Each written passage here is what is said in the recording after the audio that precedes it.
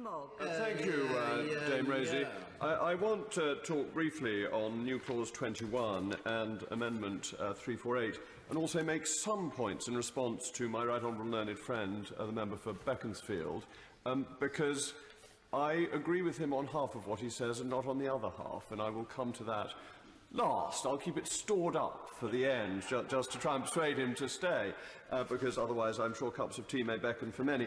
But new clause 21 from the honourable gentleman, the member for Nottingham East, I think is the great confession that we have been waiting for from the pro-Europeans in the House. It is an amendment that has been given the support of some of the most luminous pro-Europeans known to the nation. The right honourable gentleman, the member for Tottenham, the right honourable gentleman, the member for Exeter, and that great panjandrum of pro-Europeanism, distinguished gentleman, leader of the Liberal Democrats, the right honourable gentleman, and the member for Twickenham, all have signed this amendment.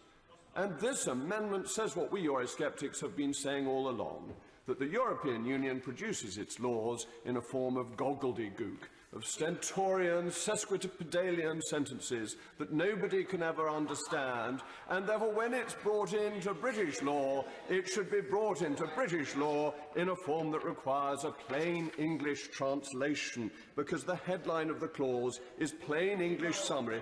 Of course I give way. I agree with the description, actually. Would you agree with me that a lot of these things are almost as bad as the drafting of finance bills, which this government brings before the House of Commons year by year?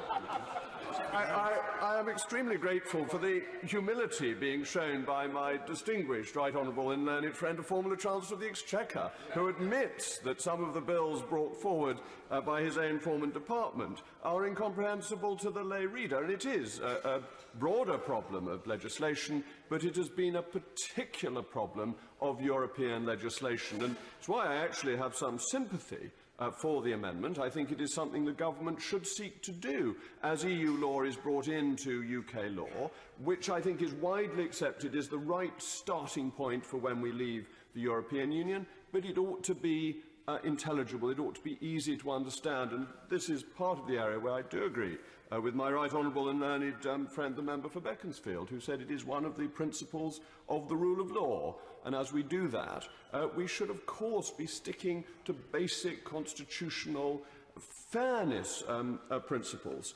But it is, I think, glorious that perhaps the second argument of the Eurosceptics has been accepted in this motion, that the first is the basic one of taking back control, but the second one was that the fundamental nature of the way in which the EU created law and the whole body of the acquis communautaire was not comprehensible to most people, was not subject to satisfactory democratic control, and was a bureaucratic monster that rolled on and on regardless. You didn't frankly have the balls to put country before party.